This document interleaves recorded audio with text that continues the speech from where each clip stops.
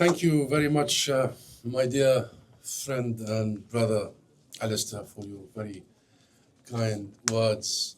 May I start by saying Eid Mubarak? Okay, I'll say it again, Eid Mubarak. I'm trying to test because I've been in every Eid reception, but I want to say if I say it as an ambassador, full ambassador, makes any difference. It does. It does, and it does because of your work. And I see many of our friends, honorable member of parliament, members of the House of Lords, and many leaders of our community, the Muslim community, including Action for Humanity and Uthman and your team, and cross-party presence here from all parties that have worked together over the years. I always make the joke that Chris Dole and I met 30 years ago, and both of us were 3 years old. But also, Alistair, I have met you many, many years ago, long before I became the ambassador here. And I have to attest for your very principled, long-held, unwavering, rock-solid support for Palestine. And I see many faces here that have been also a rock-solid support for Palestine. And I should also acknowledge our very good friend, Julia Elliott, who I hope she's here and she will be speaking after me, for leading many of our structures, including labor friends of Palestine. Julia, we love you and we cherish you. And my good friend Chris and his team at Caabu, who together with Action for Humanity are hosting this very important, timely event. And after just hearing Chris' presentation, I think I know after Caabu where Chris will be going. It will certainly be a political comedy. You will be competing with Jon Stewart. But it is a very dark comedy situation. I mean, very much. This is the darkest of comedies we can ever witness in our life time. So, my honorable friends and colleagues, Eid for us is really a time of gathering, of joy, of celebrating our obedience and our commitments to our values and principles, and of gratitude, of being together with our families and loved ones. But I need not to dramatize this, but for the Palestinians and for the entire region, our Arab brothers and sisters, the whole Middle East, Eid comes once again under the shadow of grief, of suffering and uncertainty. For families in Gaza, and I happen to be from Gaza, there is no home in which to celebrate. The majority of our people, more than 2 million, are in tents, literally, as we speak. For Palestinians in the West Bank, daily life remains shaped by occupation, colonization, violence, terrorism, dispossession, and fear. A fear that has become visceral in just the last 48 hours. For our brothers and sisters across our region, it's time for also fear and complete instability and loss of life and livelihoods. So tonight, as we mark Eid, we do so with faith, but also with heartbreak. In Gaza, more than 2 million people remain trapped in conditions no population should ever endure until this very moment. Despite all what you heard about phase 2, ceasefire, board of peace, all that you have heard, they remain trapped. Homes, hospitals, as you all know, schools have been destroyed completely. No reconstruction project in sight. Aid remains severely restricted.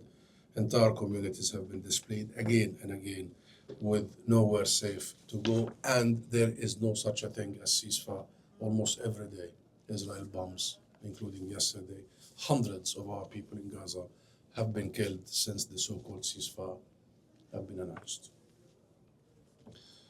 And therefore, this is for us not just a humanitarian catastrophe, my friend. It is a political and legal emergency. At the same time, under the cover of the current war, a parallel reality is unfolding in the occupied West Bank. What I just described in a piece in The Economist as the permanent reality that is being constructed.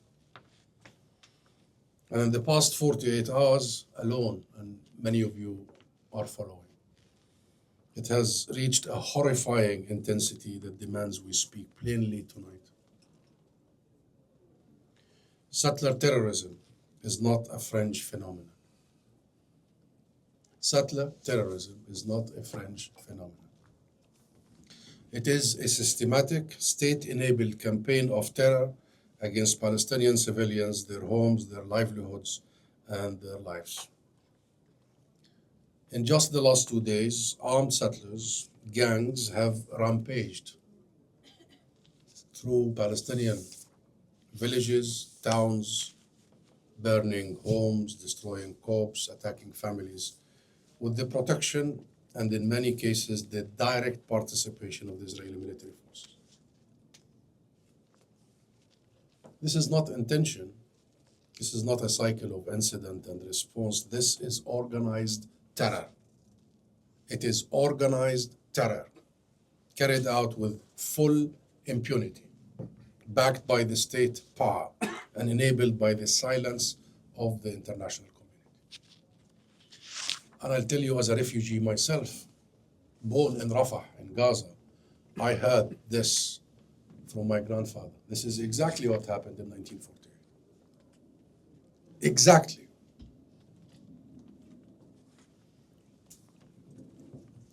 And the silence of the international community has to concern all of us. We must call it what it is. And I say here in the UK Parliament, which has long, this Parliament has long stood for the rule of law. Settler terrorism in the West Bank is not a footnote to this crisis, it is central to it. Central to it. Settlement expansion is accelerating at a historic pace. Historic, unprecedented. I'm sure you're following the land grab, the annexationist policies. Land confiscation is deepening. The language of sovereignty. Sovereignty is being used by Israeli government every day to disguise what international law recognizes as annexation and war crimes. Annexation. International law has a different term. It's not ruling out or rolling out your sovereignty. This is annexation. And what are the responses so far? And settler militias are now being given free rein to do what policy and bureaucracy accomplish more slowly. So there is a perfect partnership between the army, the occupation army, the government, the state, and the settler militias. What bureaucracies and policies can accomplish more slowly, settlers are doing it to terrorize an entire people off our ancestral land. This is ethnic cleansing, my friends. This is 2.0 of the Nakba of 1948. It is being imposed in real time, captured and documented. And in the last 2 days, those facts have been written in fire, in blood, and in the tears of our families across the West Bank. If the international community continues to respond with concern and condemnation without consequences, it will not simply be failing to solve this crisis, it will be helping to entrench it. It will be complicit. So what is required, my friends? When the occupation is unlawful, there must be consequences. Support the ICJ and the ICC investigation. Is that too much to ask? The UK government, until this moment, did not come out in support of the International Court of Justice ruling on Palestine. Until now, dragging their feet, which clearly stipulates that Israel's presence in Palestine is simply unlawful because it's no longer an occupation, it is a permanent annexation. Simple. And the ICJ furthermore says that all of Israel's colonial settlements are illegal and must be dismantled en masse. Thirdly, which is the most relevant part of this conversation, all third party must cease immediately to lend any help, support, or even contact with these illegal practices. This is the ICJ ruling. Why the UK government is not coming out in support of such a ruling? This is the world's court at the request of the United Nations. So this is number one. We need to support, first and foremost, the clarity of the legal side of this. Enough of dancing around it, of mincing our words, of ifs and buts. There are no ifs and there are no buts here.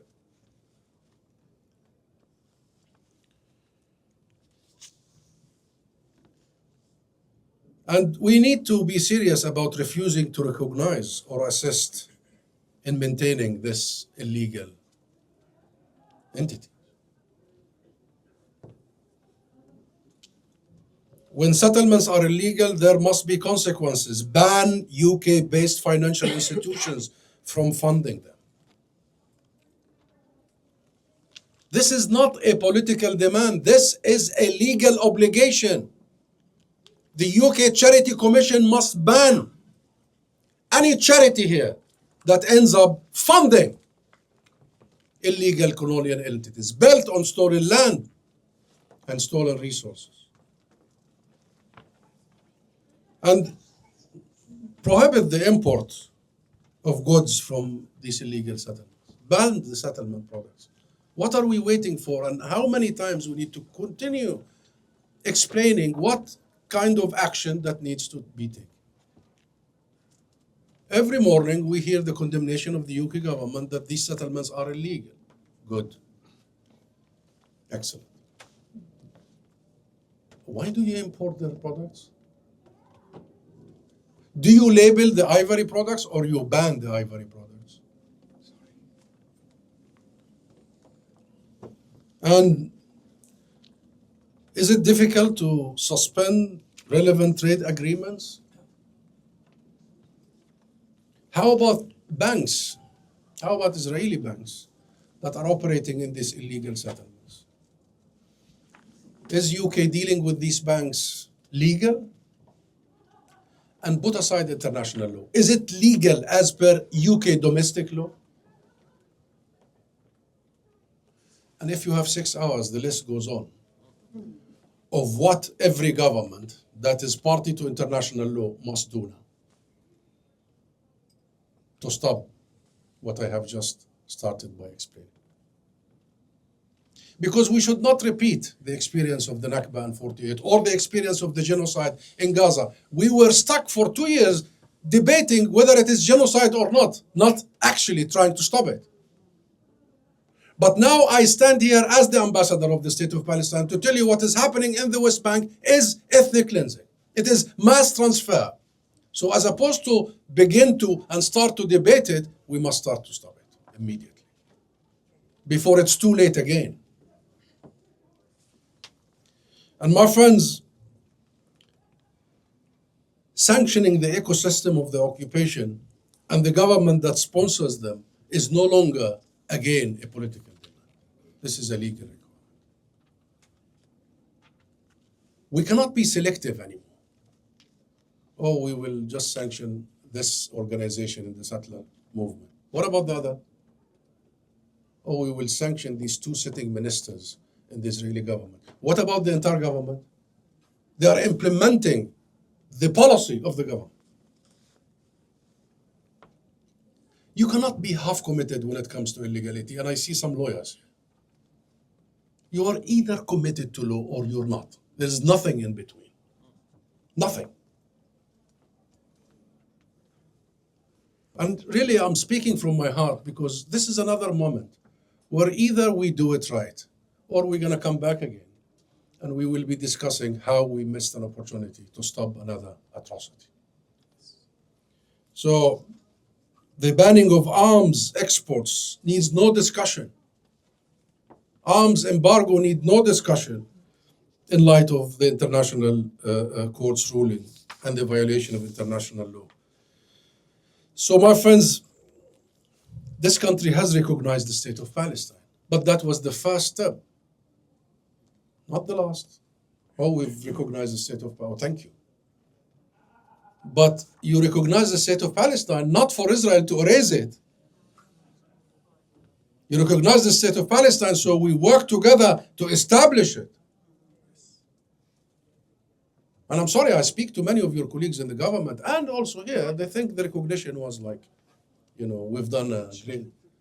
No, it was almost like the starting gun of a marathon to get where we need to go, and where we need to go needs a lot of work to build on this moment. Of course, we recognize this was a milestone in the relationship, given the history of the UK, the Balfour Declaration, and the British Mandate and all that history.